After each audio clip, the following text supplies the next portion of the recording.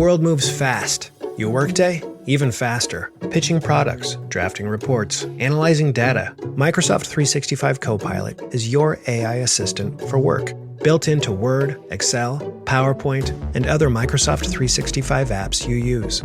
Helping you quickly write, analyze, create, and summarize. So you can cut through clutter and clear a path to your best work. Learn more at Microsoft.com/M365 Copilot. AI is incredible. It can teach you how to fry an egg and even write a poem, pirate style.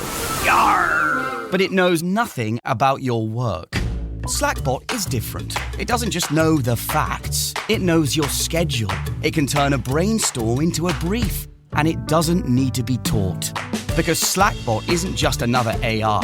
It's AI that knows your work as well as you do. Visit slack.com/meet Slackbot to learn more. Walmart Business is in the business of helping your business. Regardless of whether you're building bridges, building spreadsheets, or building lesson plans. Ooh, that looks fun. Walmart Business can help save you time, money, and hassle so you can focus on what you're building instead of what your supply closet is missing. In short, we take care of business so you can do more with yours. We're the Walmart you love, now for your business. Learn more at business.walmart.com. No question about that. It's supported by you, our listeners, through patreon.com/NQAT pod, where you can get access to our weekly ad-free bonus episodes talking about football and tactics around the Premier League and Europe.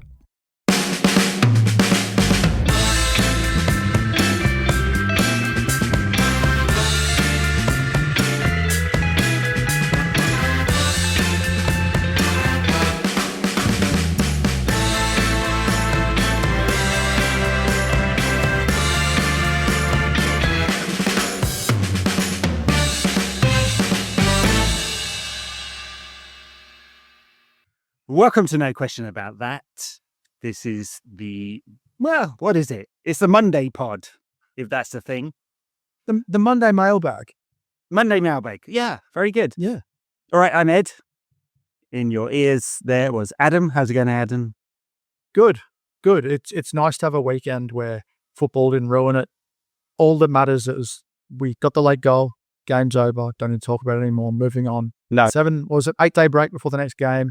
Just enjoy, and it'll be a shitstorm until then. It feels like the fan base is in civil war. Let's just enjoy the fact we won a game and keep it moving. Yeah, well, I asked for questions on Twitter and Blue Sky.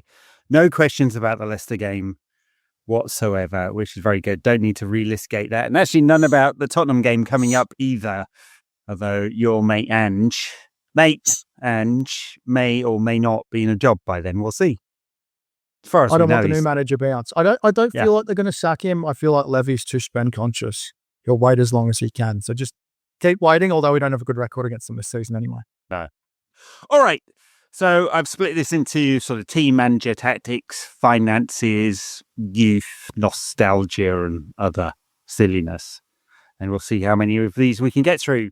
Mark Ferguson, friend of the show, says, hypothetically speaking, because I'm not advocating for this, but what if United were to replace Amorim? Who would the next coach be? Do you think it would be someone who also plays 3-4-3? Thoughts? I don't think the formation matters because you haven't changed the squad to suit the coach yet anyway. I sort of feel like as well with the recruitment that they're going to undertake, they're going to be requiring like different profiles of players. So these players are going to be more flexible and young and coachable. I feel like the system doesn't matter so much. It's more the capability level and the coachability level.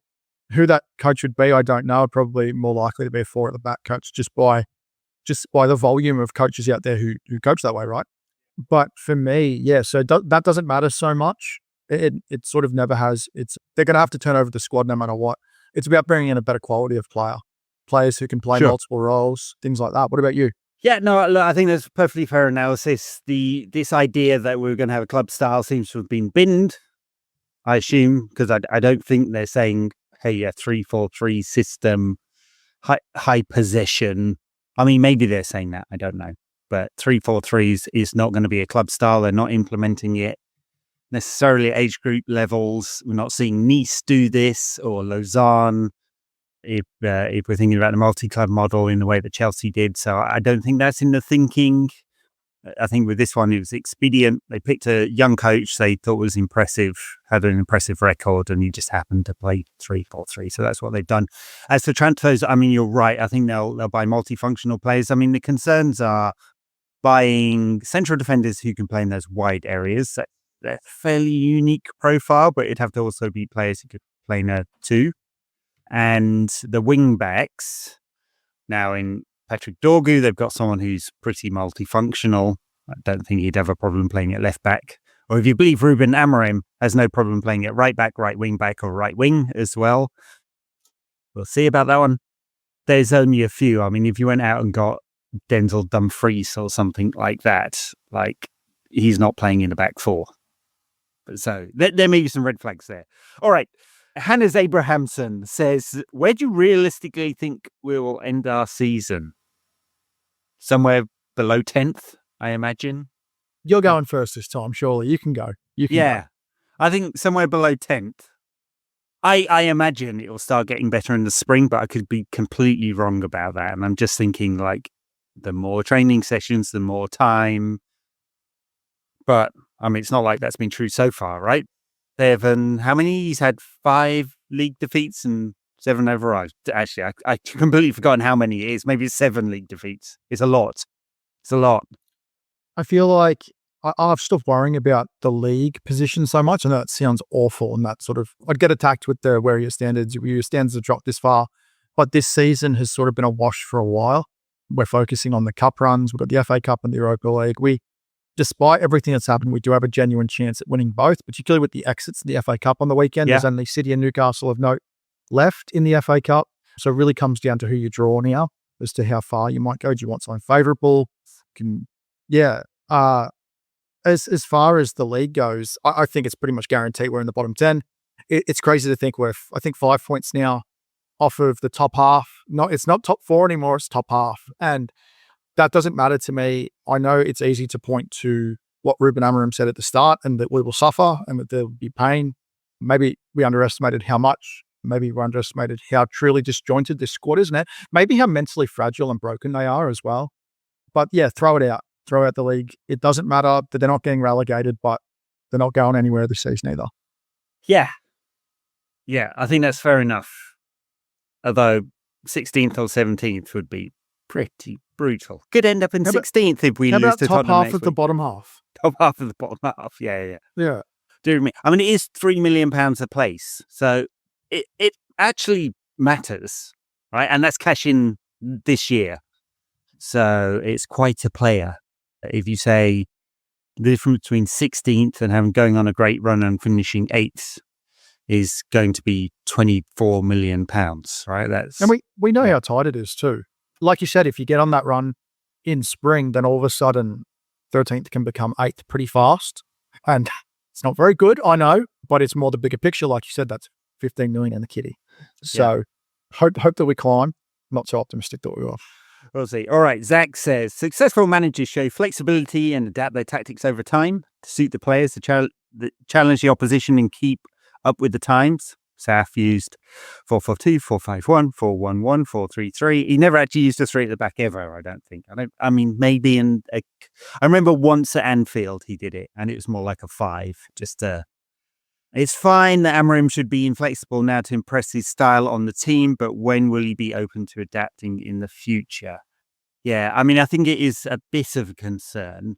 I mean, he's already adapted, hasn't he? Because he started playing with Ahmad at right wing back in this much more attacking, and then quite quickly reverted to playing 2 fullbacks in those positions and fairly dogmatic about that. And it feels like that's less 3-4-3 than it is 5-2-2-1. It's funny. There's another great question I think you've included on this about system and things. So I don't want to tread too much on that. But for me, the inflexibility is definitely that fullback aspect, turning a 3 at the back to 5 at the back. That's probably the bigger thing for me. I think we've seen quite a lot of in possession and out of possession flexibility so far. The formations they play, they've lined up in a 4-4-2 without the ball. We've seen a lot of change in that aspect. I think right now, as the question stated, it's okay to be inflexible with formation when you're trying to drill down with not a lot of time to do it. I think we have to give a bit of credit to betting in ideas and that the base system itself, particularly with the players with the requisite flexibility and skills to really pull it off. But I think time will tell on that one. Yeah. I think, as Amorim keeps saying, it's not about the formation, it's about the principles. So he's trying to drill into them certain kinds of principles in each phase of play, in possession, out of possession, whether you're playing through the defensive third or in attacking areas. And so the 3-4-3 is not so much of a problem. Who plays in those roles I find a little bit challenging and a bit confusing. I mean, Patrick Dorgu on Friday night, right wing back, like cutting back onto his left foot to play it backwards all the time, was not an awesome look. I remember in the first half when he had the ball down the wing from the ball from Delo, and he controlled it. That was going out. He still controlled it with his left. But Yes. The problem is when he came back into play, he had to cut back, but then he didn't. He used his right foot. It still showed the limitations of that inversion. Yeah. So I'm just let's hold fire a little bit.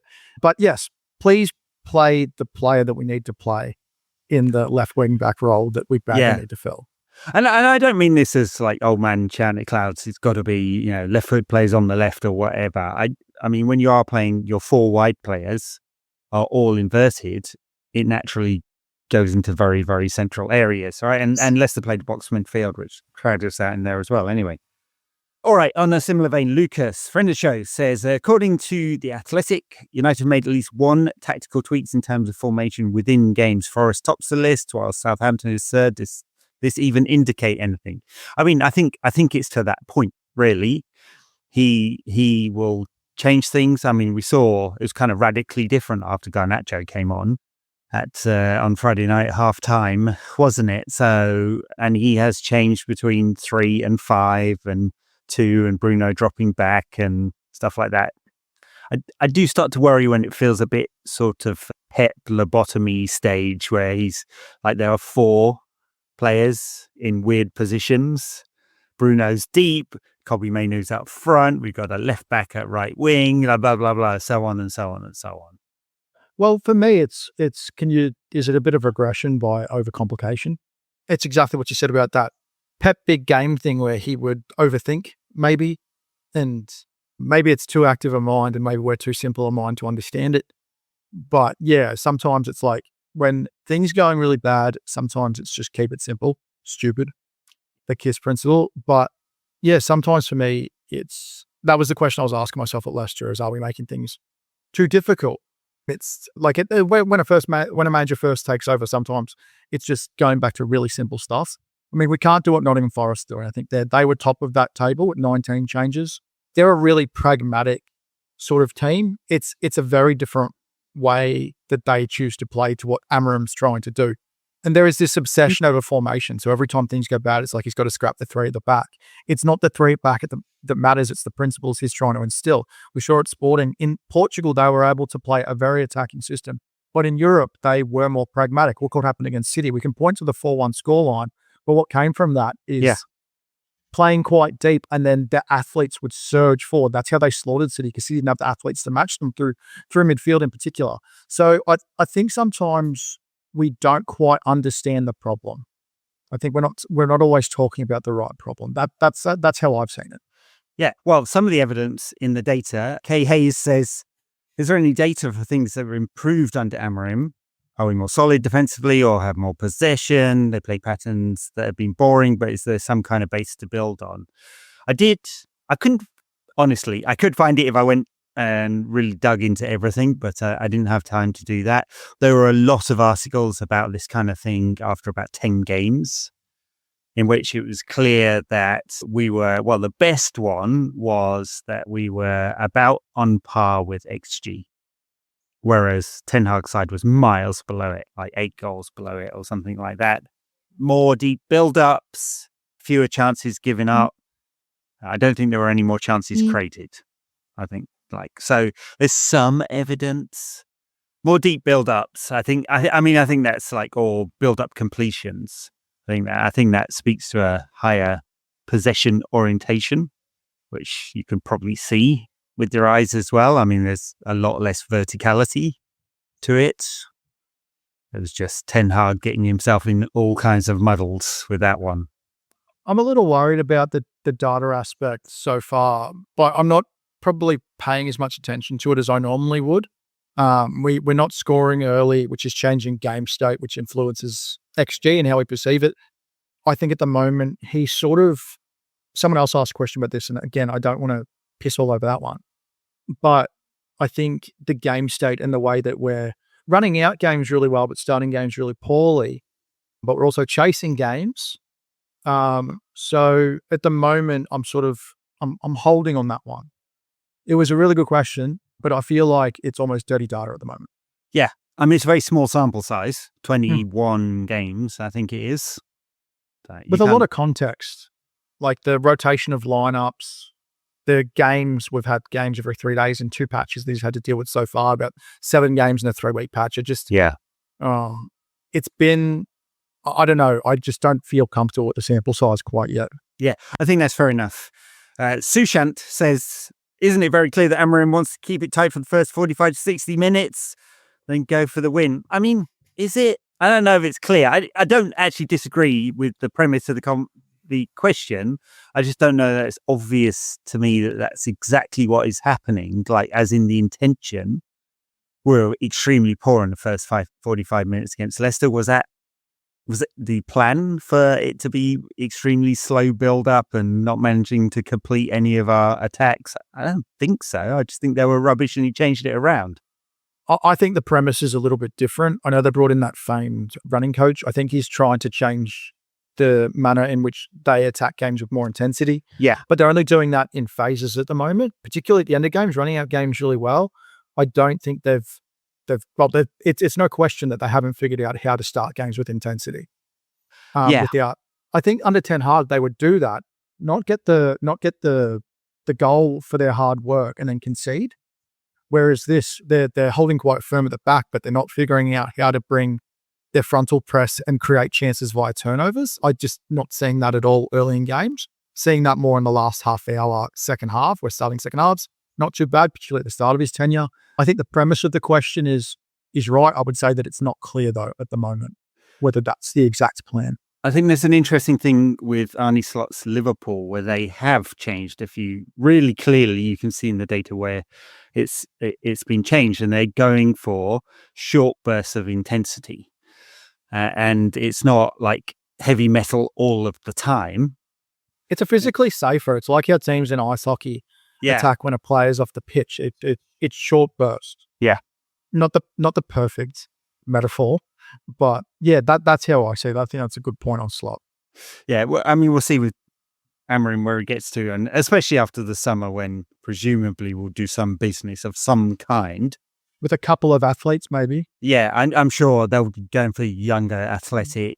I mean, it's basically partly finances will drive that. Dorgu's difference was stark, just him in open space. Yeah. Whereas we just haven't seen that. Yeah, true. Yeah, compared to Mazraoui, lovely footballer, not an athlete. Me, as a 40-something-year-old man, would not be able to run around a football pitch for 90 minutes. But I haven't hit top speed in like 3 years. It's all relative. Yeah. All right. Grimoire85 says, can you think of any manager in the Premier League that has had such a bad start as Amorim and it turned out to be successful? Yeah. I can't actually, because I mean, if you think about it, over a longer period, Arteta had a couple of very bad, what were they, 8th and 8th, something like that in the first 2 seasons under Arteta. They were starting from a pretty crap base, clearly, been bad for a very long time, but this bad, I don't think so. I mean, Amorim's data is worse than Ten Hag's at this moment, quite a lot worse. It's just we're hoping that there's a higher ceiling down the line somewhere, right? I feel like this is unprecedented for a club of this size to be struggling to this extent. So you sort of have to throw precedents out the window. Arteta's the best example of sticking with someone and believing in their ideas without the trophy payoff, with the obvious consideration to Manchester City's asterisk-laden dominance. They're also, in an era with Liverpool and City. I mean, think about what Liverpool, fortunately hasn't won, because of what's happened with City. I think you have to judge it like Arteta within context. Can we go back as far as Sir Alex to highlight what his start at the club was like in the Palace FA Cup game where he was on the brink of the sack and how everything changed that day? Let's not compare Sir Alex to Amorim. I'm just saying I'm actually saying there aren't a lot of historical precedents for this. Yeah. Because I don't think a club of this size has ever had a decade so bad in a financial fair play PSR era where it's going to take a long time to correct. Because they can't just go out. So Jim can't inject a certain amount of money, just buy their way out of it, sort of the way Chelsea did with their loophole spending.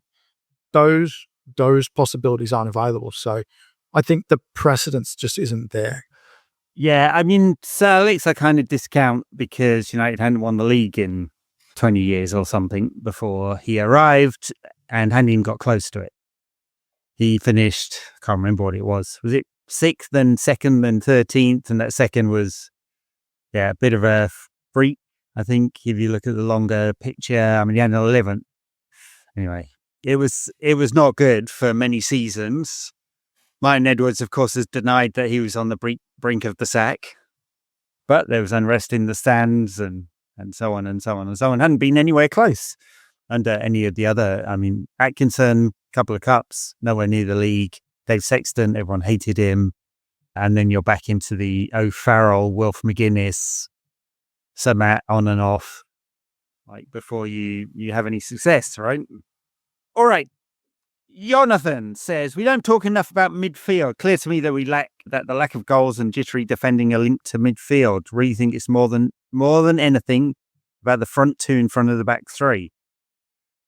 Yeah, I mean, there's been a lot of focus on the wing backs, of course, because of the unusual nature of them, and on the inside forwards, because he's asked them to play in a slightly different role and sort of wide and cutting in, as Ten Hag did. I mean, what do you think about like what the balance of that should be? Because we bought Ugarte for a lot of money, and he's brilliant at one thing: interceptions, blocks, tackles, eating up ground.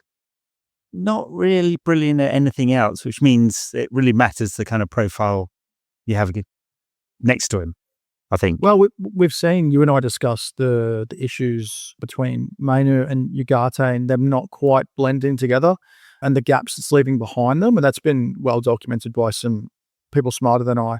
On X at the moment, they've highlighted when Ugarte presses forward, his partner has to automatically understand. And Casemiro is actually quite good at this, of dropping into that space behind them to if he fails to win the ball back, to have that ground covered and what that can allow other teams to do on the counter, particularly if you've got Harry Maguire to run past in the middle. It does ask a lot. So I think we know that there's midfield problems. The fact Bruno Fernandes is having to constantly play central midfield, particularly probably since the start of January, obviously under Amorim. Toby Collier, Manuel Ugarte, they fill a certain role in certain games. I think when United are playing against a low block at home, they have to have a better central midfield pairing to, well, you don't really necessarily want Ugarte for those sorts of games. I would say I think he's better suited to teams that tend to attack more, break up with final third, winning the ball in the final third. But yeah, I'm not sure what you think, but I think we've always sort of known that there's been a midfield problem. It's been a problem since Michael Carrick left. We've always talked about it. It's been like the great ignored problem. We've thrown things that I think it would have been the summer of Sancho and Varane, where we went for shiny toys as opposed to really needing a central defensive midfielder. And it's what we were missing in that team that finished second.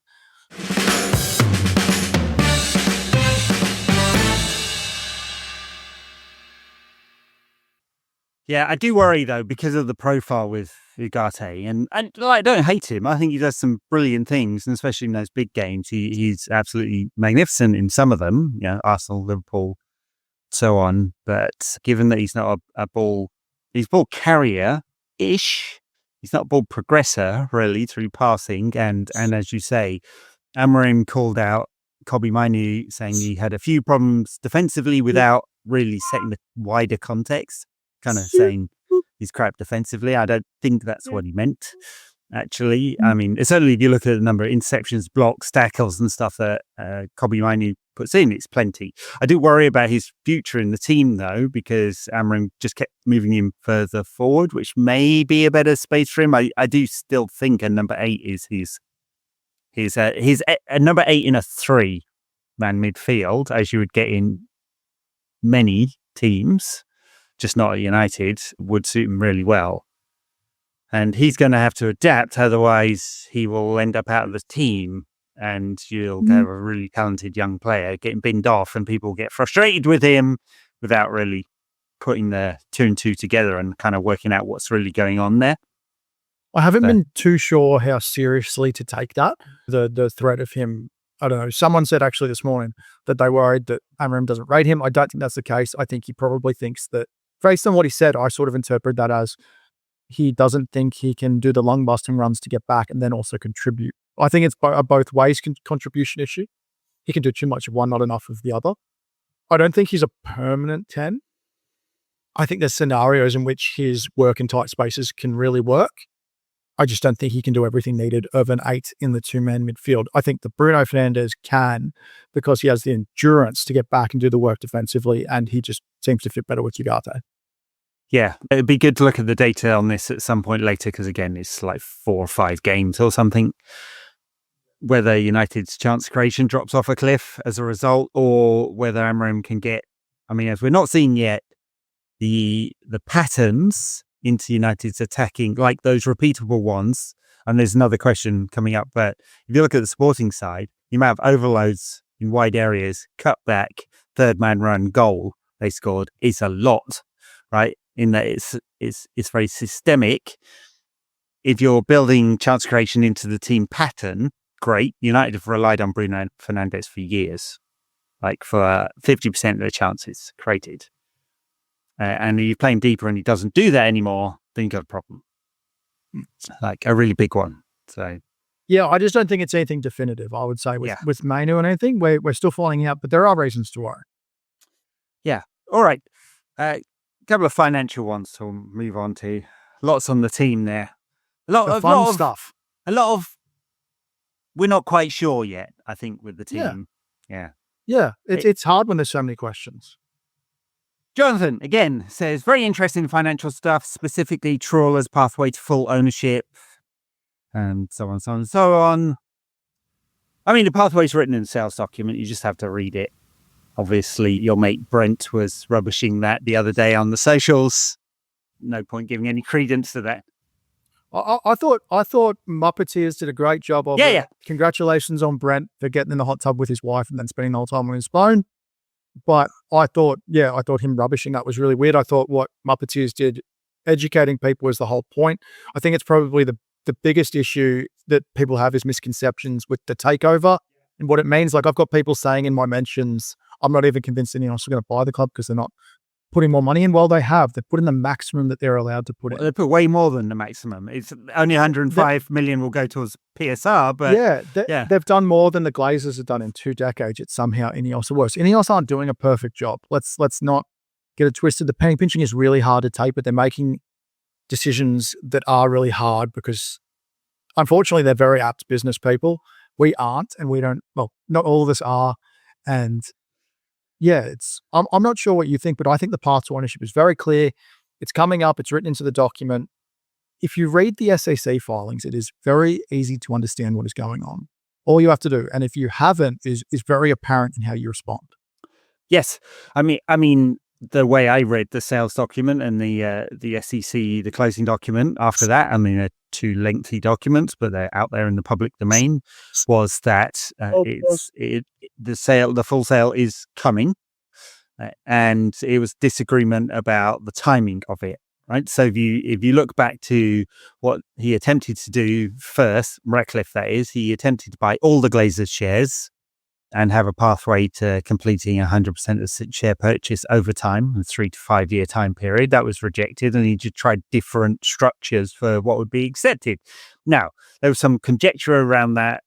Was there other shareholders who have a legal right to all be treated the same, even though there are 2 different classes of shares here that had threatened litigation if they didn't get the same price, that was an issue there. Maybe not. I mean, I think there are actually some pretty good precedents in the US for different classes of share being treated differently. I mean, literally, they had different voting rights, like just literally.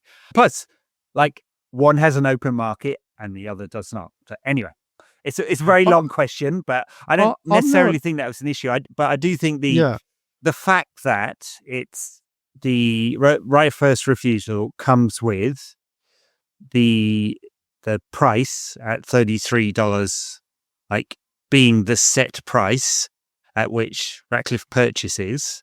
Now, of course, like the only scenario that is not true is if a other party comes along and offers more than Sir Jim is willing to offer after the 18-month window closes, 5 months' time, 4 months' time, offer more than Sir Jim is willing to go up to, and he already paid a massive premium, way more than the market. Nobody seems to acknowledge that. Do they? Not at all. It's always ignored. I mean, he paid $8 a share more than the next best offer, right?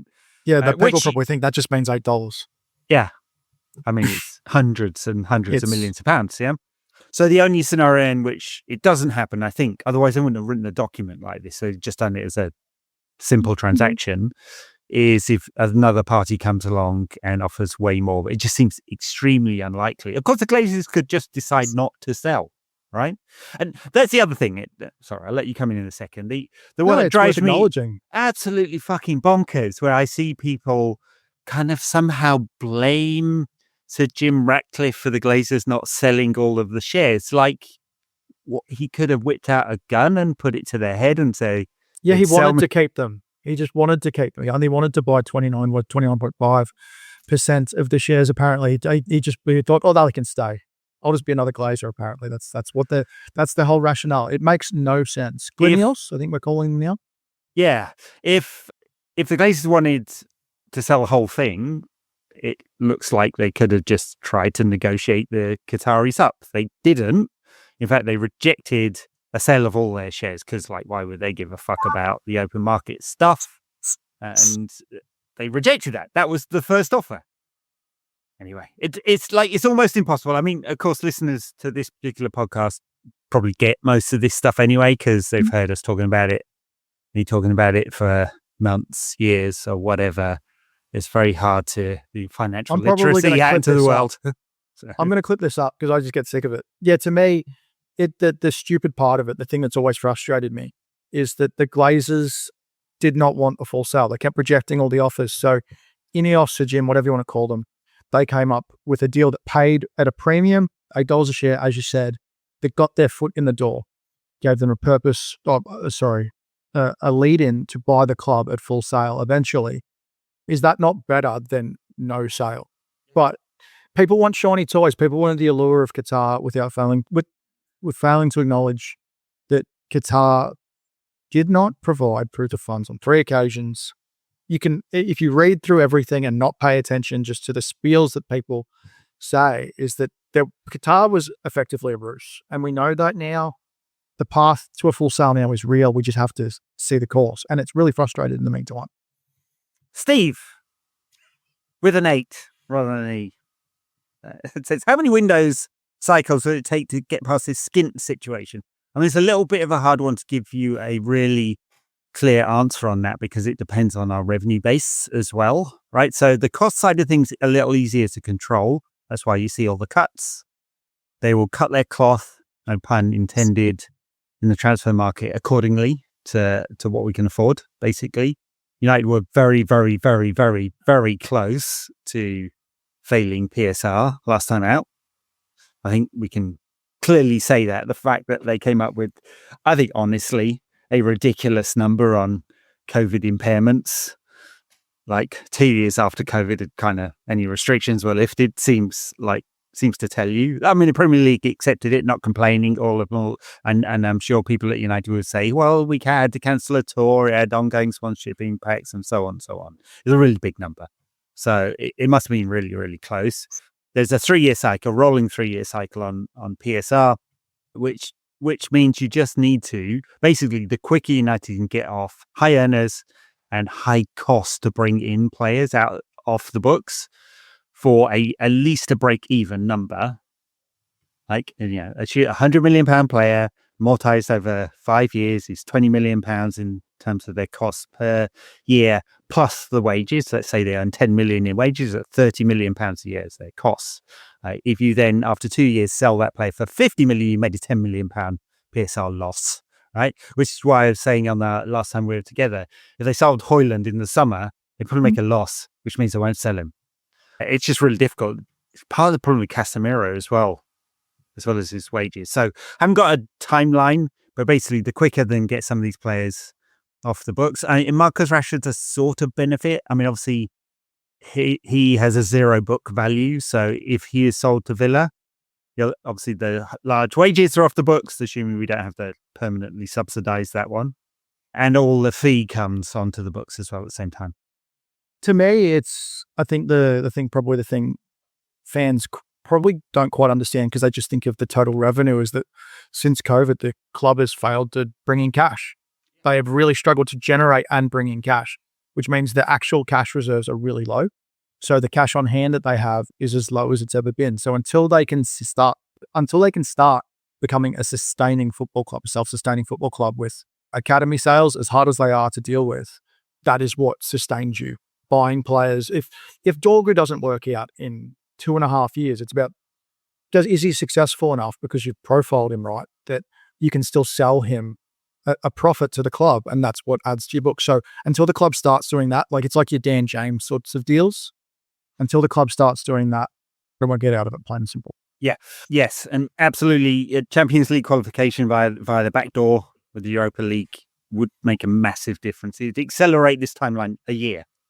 Yep, at least if you see what the teams are making in revenue now, it's nearly almost a 9-figure difference. Yeah, you're pretty much guaranteed 40 million, and being in the group stage and 100. You add in the match day revenue, yeah, all of that, the higher league positions, the money you get from finishing higher in the league, all of that, it's not even comparable.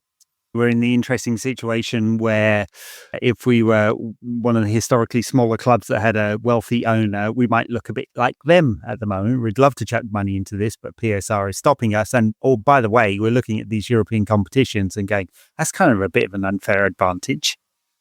Actually, it'll be interesting to see whether that we come down on the squad cost rule in the Premier League, because the initial proposal was that it would start at 85% of your revenues could be spent on squad cost, or only 70% if you're in the European places. Now, that needs some additional subtlety, because the difference between being in the Conference League and being in the Champions League is massive. I mean, the Conference League provides almost no money, and it would be totally unfair that clubs who are in the Conference League get treated the same way and they have a lower squad cost as a result. And the reason why that proposal came into play was so you don't get this situation where not only are you getting more money out of the Premier League for finishing higher places, but then once you're in the European places, if you've got so much more money, it's almost impossible for everyone to catch up. And so you get these 3 blocks. You get the top, the middle, and the bottom. And it's kind of baked in at that point. Of course, if United were successful in the Champions League all the time, we'd be going, yeah, too right. It's good. And the other thing, PSR is working. Yeah. Well, the other thing that's interesting is, of course, so Jim personally has a lot of cash. I mean, he's got 14 billion or whatever. That number is based on a theoretical valuation of Ineos, which is not publicly traded. Most of it is not. There's a holding company that is. But this is a company that has 60 billion euros a year in revenue, and he's got like a 60% share in it. Yeah, I don't think people understand how small United is in the grand scheme. 100x, more than 100x the revenues in Ineos. Compared to Ineos. And so Jim, when you're thinking about legacy, once he's got control of this thing, like 50 shares plus 50% plus 1 share, as a minimum, he could pay down the debt. Maybe he will, maybe he won't. I think he'd probably see it as a useful tax hedge, to be honest. But the really, really important thing is the cash flow. Right now, he can't put any more in PSR terms, but the reason why we keep borrowing extra money and paid £40 million in interest last year was not because of the senior secured notes. That was about 20. The 40 was the revolving credit facility, which we stacked up because Eric Ten Hag wanted a bunch of players. Like that cash flow, not doing that would have saved United £40 million last season. I think the other thing, and Ineos might come into play with this with third-party sponsorship, is commercial revenue. The club has really struggled on the commercial front post-COVID. They just haven't had the same growth. I mean, you look at the report, what's it called? The Money League? Deloitte Money League, yeah. Yeah, the Deloitte Money League. That outlined how much we've struggled in commercial growth, again, post-COVID. Said this in the last pod, so I won't go over the top of it, but those are the things we have to start regenerating. Yeah. And that'll help so much. It'd been flat for a while. Actually, prior to COVID, it hadn't been growing, not in any meaningful sense. Like look at the clauses of the Adidas deal that are getting enforced now to show you the regression and the potential further regression in commercial growth. So that's something they've got to get moving. They have, yes. I mean, it's interesting that at one of the Premier League meetings, United voted with City on the associated party transactions. I mean, the Ineos Stadium at Old Trafford Park, would be very interesting, wouldn't it? All right, there's some nostalgic questions here. Let's take a few of these before we wrap up. Mike Davies says, if you could add an ex-United player to the team, which one would be most effective? I think it'd have to be a midfielder. So I might go prime Paul Scholes. I think the attacking in Peter Sicker give us actually pushed back as a number 8 would be really interesting. Otherwise, Roy Keane, one of the two, maybe 90s Roy Keane, the version we got pre-injury. Yeah. The way he could cover ground. Contribute. I think people forget that he ended his career. People don't forget, United fans know, but the way he could cover ground as an actual 8. Yeah. He was a box crusher. He wasn't just like a destroyer. No, not at all. So much more than that. He was such a fantastic player. Brilliant passer as well. Yeah. Which is not long range, but just the crispness and accuracy of his passing. Yeah, my instinct was Roy Keane straight away. I mean, obviously we could do it with a striker, so just pick one. Van Nistelrooy, York, Cole, Rooney, they'd all get in this team. Rooney's a great one because of his versatility. Yeah. I don't know. The funny thing about Keane, when I think about Keane, is he would have fitted really well in this era where we talk about progressive passing because he always passed forward. Yeah. He would always yell at players who didn't pass forwards. But something I always remembered about him, and it was something he talked about in his book. All right. Giant Ian says, it seems pretty clear this season would be going better. Eric Ten Hag not being sacked. Even in the long term, he might be better and a better place under Amorim.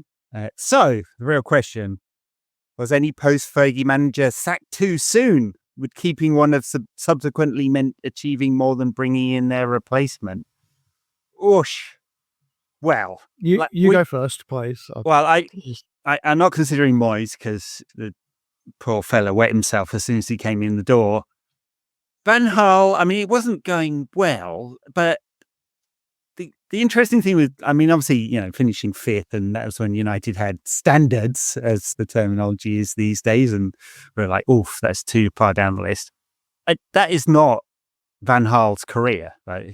That's not the kind of football that he played over his career. So it feels like there was some very poor purchases. Don't know if they're his idea, but, Morgan Schneidling, Depay, a whole bunch of others that just weren't any good, basically, on not the right level. So maybe he'd lost his edge, though, because he was obviously older. He'd come off that World Cup with Holland where they'd played 5 at the back, and that was not a Van Gaal thing at all, but done really well playing quite a conservative brand of football. So Mourinho just got way too toxic. Ollie, and we played our best football post-Fergie under Ollie, no doubt. No doubt at all. And it's quite reductive and narrow of me to say it was Ronaldo's fault, but I'm going to say that anyway. So it was certainly the marker of it. Yeah. It's what you can point to as a turning point. Do you think, would you have kept any of them on? In the moment, at the time, I mean, even Ollie, I was I got to the point where as much as I'm nostalgic for him, I was it's just so bad, right? I think the way we played under Ole was by far the best football that we played because it was something, even amidst struggles, it was something for us to attach ourselves to, our ideals as Manchester United fans. I would say above all else, that's one where you can wonder where would that have gone with a little more patience. Moyes, no. Van Gaal, no. Mourinho, as you said, got so toxic. I always probably the one thing I wonder about is if you see out that bad period, does it trend back up? The horrific third season that he always seemed to have, when he seemed to have lost that edge that he initially had in his first few stops up until Real Madrid. Yeah, but I think for the most part, the way I've always seen it is all managers have been bound to fail because they didn't have a footballing structure designed to help them succeed. Yeah. So it's the same with the players. The players are in an environment that is fundamentally supposed to help them fail, not succeed. Bruno Fernandes succeeds in spite of that environment. Marcus Rashford succeeded at his best in spite of that environment. So you wonder more with the right support, how would they have gone? But they were all bound to fail anyway. And I don't miss Ten Hag at all. I think I point in the other direction and say, what happens if we sack him in the summer? Have a clean break. Are we further along with a new coach and a full preseason? And the transfer target's more pointed in that manager's direction.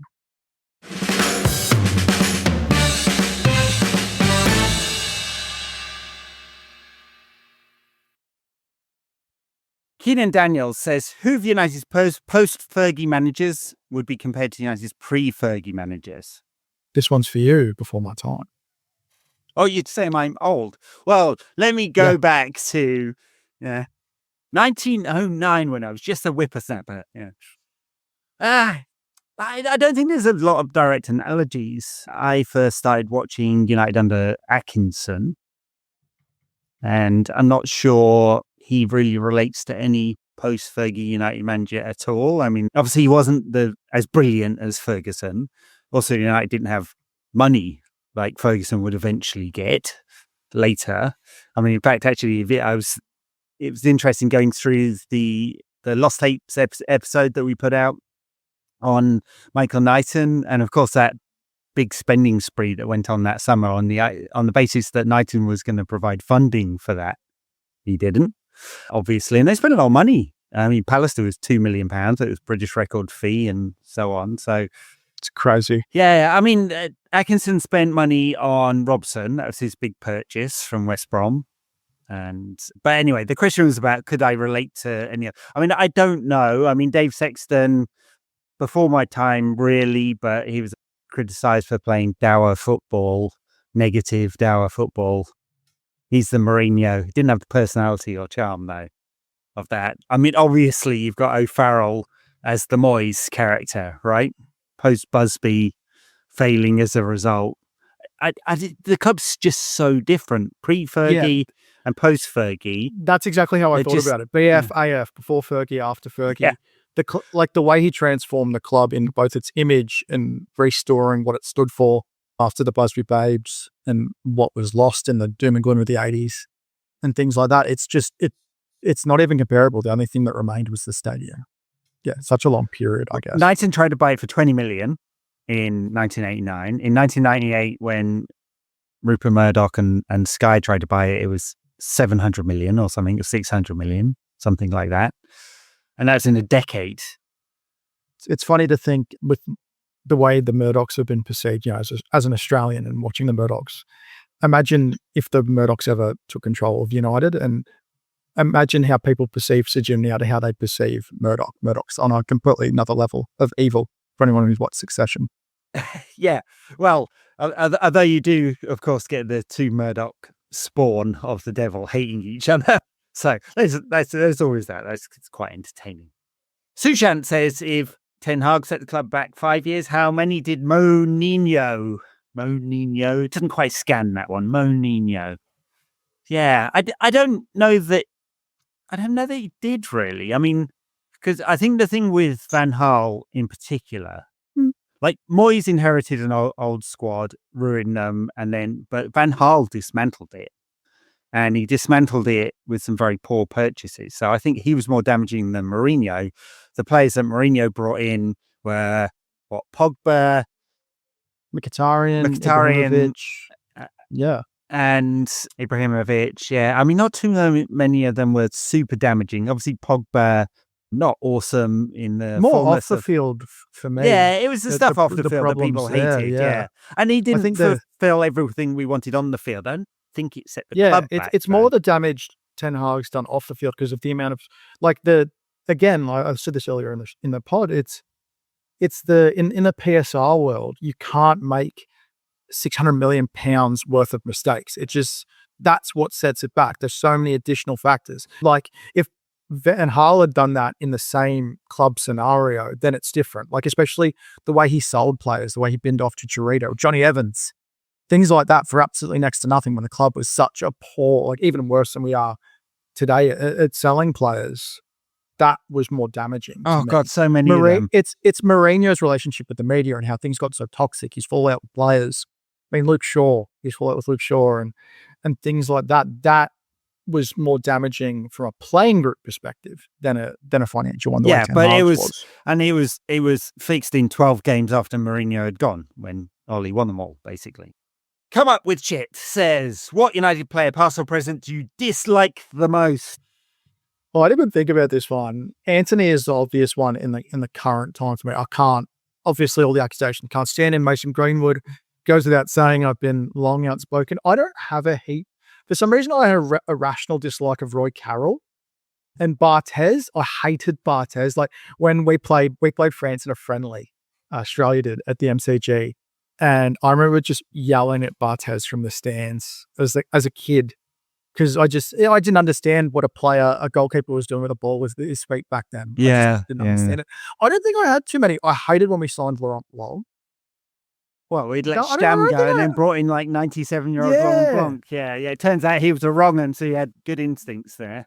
Anthony and Greenwood are two wrong uns. At least one of them definitely is. The other, it's hard to read that Brazilian article without concluding the same thing. The one I find it really hard to get over is like Ronaldo, and there's a couple of reasons for that. One, he was just magnificent for United in his first spell, just so good. And we didn't know what he was getting up to, right? And you cannot read that deposition and have a very different opinion of him. You just can't. I've tried to explain this to people, but they just don't want to see it. They don't. Once you read it, you can't unread it. You can't unread it. You'd have to believe that a German newspaper faked a document, a reputable one, and Ronaldo said he would sue, never did.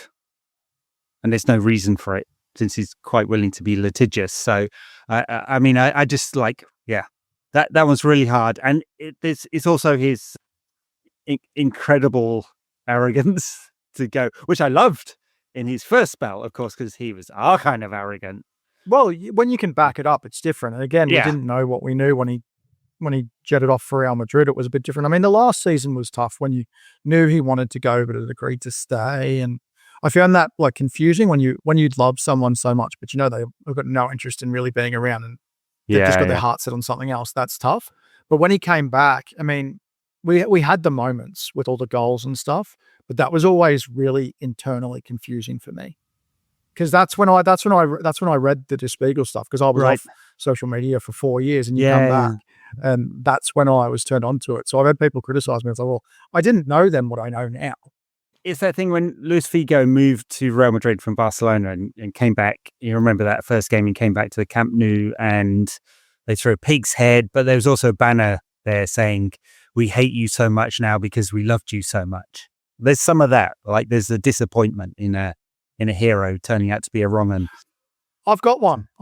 Gabriel Hines. I loved him because I was a left footer and I played similar positions to him. I hated when he went to Liverpool. I as someone who didn't understand enough about it back then, I was just so confused and I hated him for that. He'd been pushing that for years, apparently. All right. Jack Dowling. We'll round off with a couple of silly ones, as is the tradition. What is there more of in the world, wheels or doors? This is like 3 years out of date, Jack. And this is going around during COVID times. What did he say? What is there more of in the world, wheels or doors? Wheels, surely. No, doors. Doors. I'm going doors. If I was answering this question, if it was like a Google interview question, you know how they like to throw one of those, I would have a very different answer than just picking one. I would build myself a framework so I can size each industry and then do it from there. Well, anyway. I've got 12 wheels in my house right now, Ed. And I think that's more than I have doors. So I don't know. You've confused me. I mean, I've got a whole bunch of suitcases. Some of them have 8 wheels on them. Oh, yeah, fuck. I didn't even think of that. No. There you go. I'm just going to bail out of this one. This is exposed. This one's exposed me. It's real. Liam Dunny says, am I still a friend of the pod? Paul says yes, but I feel I need confirmation again to keep it in my bio. That's fine. You're always a friend of the pod. Friend of the pod status remains forever until you're proven to be a wrong un. Is that fair? Yeah, if you're a dick on social media, then you're not We may my friend revoke it. anymore. Yeah. We'll pull out the contract and say, Easy to get, hard to lose. Always hard to get, easy to lose. I don't know. all right, last question. Chris Etchingham, one resident Scouser, also friend of the pod. Maybe it is easy to get then. Yeah, he's always, I don't know why he listens. He does. I think, well, I know why he listens now, because he enjoys it, because he's gloating in good times. Oh, hate listen. He hate listens. I can't do that. I don't know how people do it. Good on you. No. Good on you. I'm not sure I Good on could you, listen yes. to a lot of Anfield rap. So he says, has the article I wrote for you 10 years ago about United not going the same way as Liverpool in the 90s and noughties aged well? Yeah, he wrote this piece. You can't get to it anymore, but it's in the archive somewhere about how United would not go through a period of Liverpoolization. I think it was based on the fact that we'd used that term on the pod or something like that. And I mean, of course, I felt like this. I felt like United were so rich, they couldn't possibly fail. Like the worst it could get would be like 3rd or 4th for a couple of seasons till we got the right man or whatever. I did not think, I did not bank on Ed Woodward. Like, because the thing with the Glazers is they would not allow Sir Alex to spend money because we were spending 100 million a year on interest payments after the 2012 IPO, 2010 bond issue and 2012 IPO. The club was in much better financial place versus the debt, as in we weren't hemorrhaging money out in interest payments. I mean, it was kept growing. It was just used really badly. It's astounding. What did you say the other day? We're up to 3 billion. Yeah, I think it's over 3 billion. If you do net transfers plus wages, it's 3.2. If you add in, as Kieran Maguire pointed out on Twitter, you got to add another 400 million or so in management fees and dividends for the Glazers. Yeah, it's just incredible. Wow. Yeah, money. I hate when they throw you spent so much money. It doesn't matter if you have no idea where you're going or where you're trying to head, except keep things where they were just trying to keep things where they were to keep the money rolling. It wasn't about ambition. It was about keeping things the same. Absolutely. All right. On that very sad note, we will leave it there. Thank you, Adam. Thank you. Thank you, listeners, viewers, wherever you are. Very long mailbag pods. Catch the lost tapes on your podcast app of choice. I enjoyed making it. Hope you enjoyed listening. And you can find Adam on socials. Adam Joseph __ on Twitter. I'm NQAT Pod. Absolutely everywhere. Catch you next time. Bye now.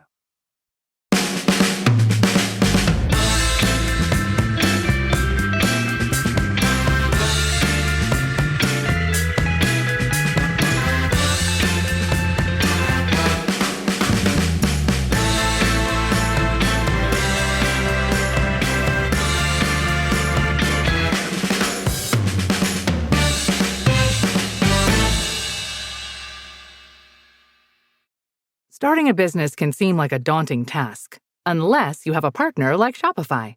They have the tools you need to start and grow your business. From designing a website to marketing to selling and beyond, Shopify can help with everything you need. There's a reason millions of companies like Mattel, Heinz, and Allbirds continue to trust and use them. With Shopify on your side, turn your big business idea into... Sign up for your $1 per month trial at shopify.com/special offer.